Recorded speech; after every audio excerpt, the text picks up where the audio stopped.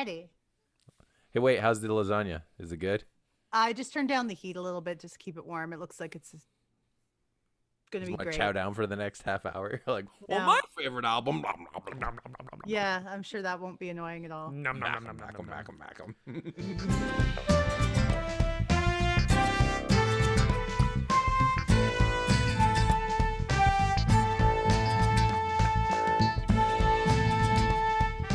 Yeah, all right. Welcome to Staff Picks. All right.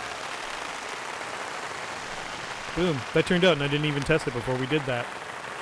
This is a companion to the Learning to Listen podcast, so make sure you check that out. That's at L2L Pod. Please like and subscribe, and don't forget to smash that notification button. So this is Staff Picks, our recommendations. Today's episode, we are going to be talking about the best of 2020, our favorites, what we discovered. Best things from the worst year. I wanted to start with what we discovered this year. What were things that are maybe new to us now that we had some time and we were sitting around letting the Spotify algorithm take over? What popped out? What happened to catch your ear that you hadn't heard before and now you are a fan of? Naomi, let's start with you. Well, I mean, obviously doing a musical podcast now, I've had to listen to a lot more stuff that is from 20, 30 years ago, but that I had missed, or by artists that put out new music since those days too. I think one of the things that I noticed the most was a band I really enjoyed that's like they're kind of considered a super group in the rock music world because they put a lot of people from different acts together. They're called Mr. Big, and their big hit was To Be With You. What I discovered about them is they've put out like 5 or 6 albums, easily brand new studio albums since back in the day. And the stuff to me melodically really stands up. So if I were to recommend an album that I caught on to by them from back in the day, it's called Hey Man. If you like melodic rock, that's the thing. It came out in 1996. They're one of those bands that were big in Japan. They were big internationally, right? They were So Mr. Big in Japan. Aren't they one of the bands that started that joke? they were huge in Japan, so it's possible. Wow, I think they have a live at the Budokan too. I think like I think if you've been to Japan, you should have a live at the Budokan album. But yeah, there's a couple songs I'd recommend. I'd say like the best song on that album is called Going Where the Wind Blows, and it's kind of just like a nice melodic acoustic type tune, but it's not like To Be With You. It's not like that acoustic. All right, Mr. Yeah. Big. It's called Hey Man. Hey Man, 1996 by Mr. Big. All right, Charlie, what's your Hey. discovery for 2020? Oh, my favorite discovery of this year, of 2020, I guess, because that was last year now. A fella by the name of Donny Benet.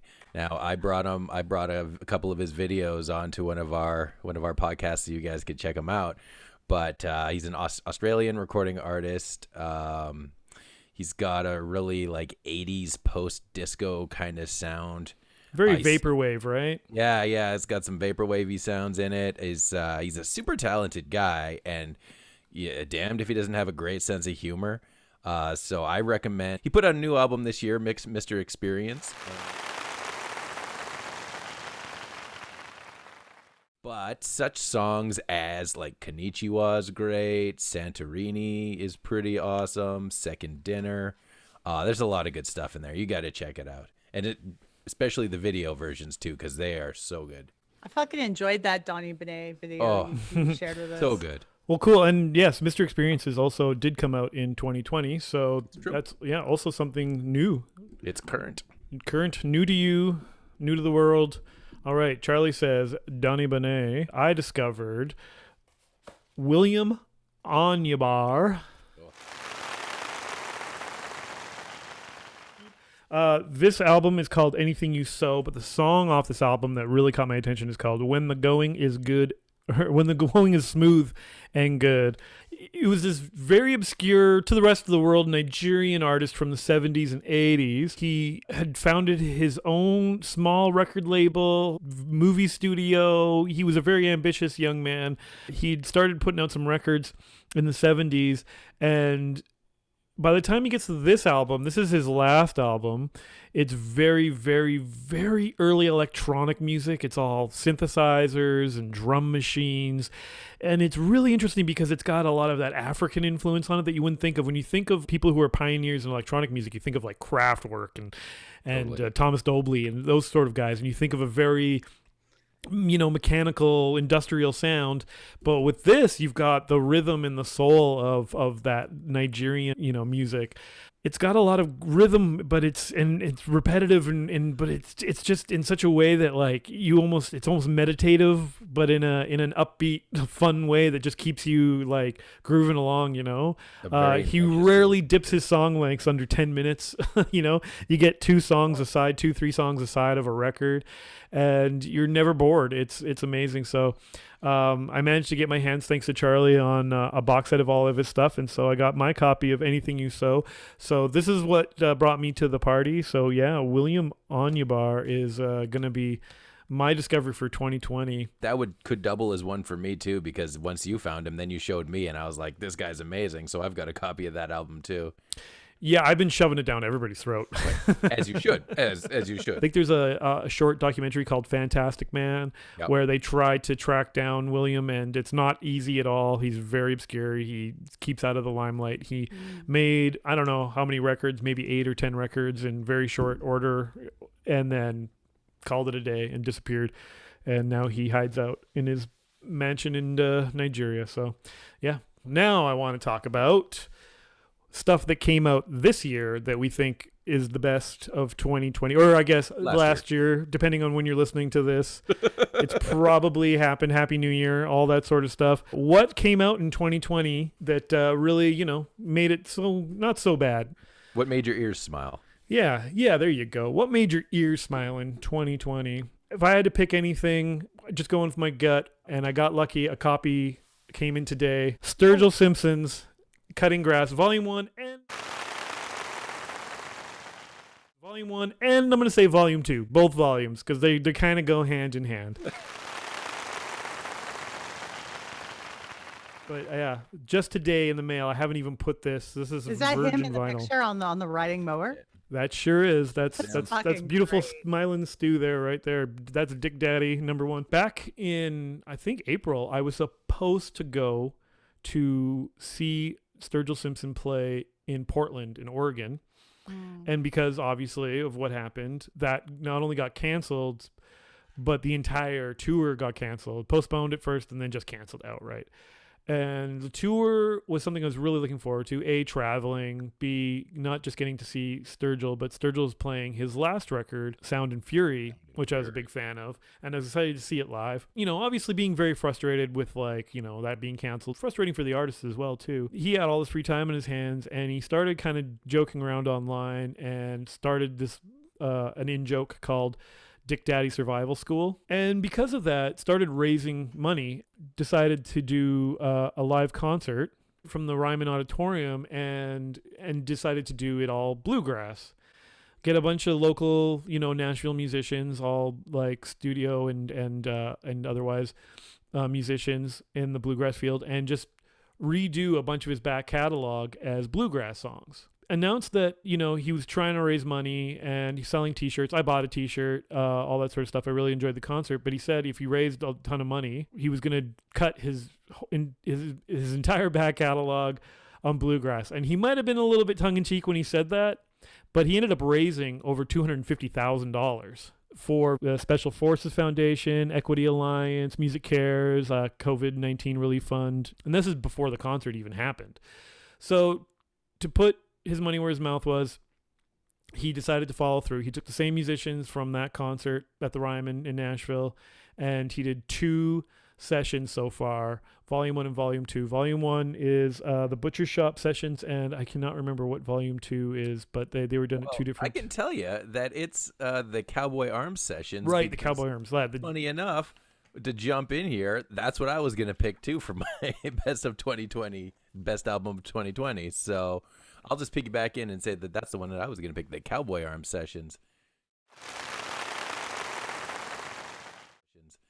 Because they're both fantastic, but the second one I feel is like a little bit more the deeper cut, not just straightforward songs, and some extra lesser heard stuff, and even a really cool song that was written by Merle Haggard. Written with Merle Haggard, yeah, With- co-write with with Merle Merle Haggard, Haggard, yeah. He said Volume 2 is all the songs he was too scared to do on Volume 1. Both of them, I think they're totally worth the listen, so. I agree with Quinn. Right on. Cool. Great. Okay. Well, I guess that just leaves Naomi. What's your pick for Oh. 2020? Oh, I've surprised myself because this is something I never ever thought I would say, as I was never a fan of this person for many reasons over the last 10, 15 years of her career. But this year she did something amazing during using her quarantine time, and she put out 2 albums that are unreal. Taylor Swift, the first one being Folklore, and then the second one being called Evermore, which came out, I think they were about 6 months apart, but they were both kind of just dropped as a surprise because she's just been busy writing.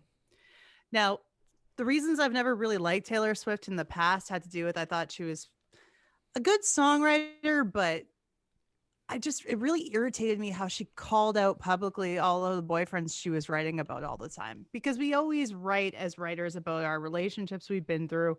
We all do that. But I didn't like it being like a shtick where, oh, and by the way, this is about John Mayer kind of thing, like under the radar. Like, don't do that. That's what I didn't like. She's a fantastic writer. I've done a complete like 180, 1080 or whatever you'd call it on her. I think like that she's really, really talented, and this is the best new music I heard this year. One song that really interested me was called Champagne Problems. The story of this song is basically about a couple who had 2 different intentions for their Christmas. One was to break up with the other, and the other was to propose. The one lyric that I really stood out for me was 1 for the money, 2 for the show. I never was ready, so I watch you go. Sometimes you just don't know the answer till someone's on their knees and asks you. She would have made such a lovely bride. What a shame she's fucked in the head, they said. But you'll find the real thing instead. She'll patch up your tapestry that I shred. And then and it's cool that like she's proven herself, I think, through doing these 2 albums, that she's not just like a studio trick, that she legitimately is a true artist who sits down and writes her songs, and she's got a very huge gift of lyric and melody, both. So I respect her now. I've changed my mind about Taylor Swift. I've enjoyed her work, but I haven't heard the new albums yet. I guess, you can say she's definitely always tried to be taken serious as an artist, but it's got to be tough coming from, where she came from, right? Like a product of the studio, of grooming. Yeah, that's another thing I went through the whole, she was still winning music awards in country music, and she was doing pop music, and that was annoying me too, because I was like, well, pick a genre or something. Like, pick a lane, lady. But then it's like, that's kind of not a fair thing to say, because we're all inspired by a lot of things. So I stepped back on that. But you're winning like a CMA award, and you're winning like best pop album at the AMAs, and you're winning all, like, it's kind of like, I guess that's kind of the route that Shania Twain took. Yeah, I mean, Shania Twain would literally put out 2 versions of a song. One was the pop version, and one would be the country version. And she would even she did that duet where she had like Mark McGrath on the that's pop rock version. I love Shania, but that song sucks. Yeah, and then there was some other, I don't know who the country version was, but she did the same song. And Billy Carrington. Yeah, and they just throw like, a couple of twangier instruments on there. They're like, pick a banjo, right? And yeah, and they were like, no, it's country, right? At least then they still had the add the artifice of what made it a genre. Nowadays they just whisper rap over clicks that instead of snares, and it sounds like Limp Bizkit like hip hop from. I thought you were gonna say Limp Bizkit. That sounds a little bit like Limp Bizkit. Well, it's funny. Country music these days, I think, has more in common with Limp Bizkit than it does with country music. I agree. So that's where we're at. All right. Well, staff picks. So Charlie and I agree that Sturgill Simpson's Cutting Grass, Volume 1 and Volume 2. I'll take Volume 1 if you want to take Volume 2, Charlie. Volume 2 for sure. That's fair. And Naomi, you were saying Folklore, and did you also mention and Evermore? So you got 2 in there. You snuck one in. Yeah, Taylor Swift. Taylor. yeah, guys, like and subscribe. Don't forget to click that little bell if you want notifications. Like I said, this is a companion to the Learning to Listen podcast. So if you want to check that out, that's at L2L Pod. And of course, you can always support us by going to the Patreon. Patreon is at patreon.com/learning to listen. You can follow us if you want to. I'm at Saint_Quinn. Charlie is at Old Man Design. Naomi is imone_backwards with a With Z. a Z. Yeah. Yeah. Nice and easy. Yeah, and tell us in the comments what you think. What happened in 2020 that made your ears smile. It doesn't have to be a record. Maybe it's a podcast you heard, or maybe it's an audiobook you were listening to. But we're all about engaged listening, so that's what we're focusing on, making your ears smile. Like I said, until next time, see ya. Bye. Bye.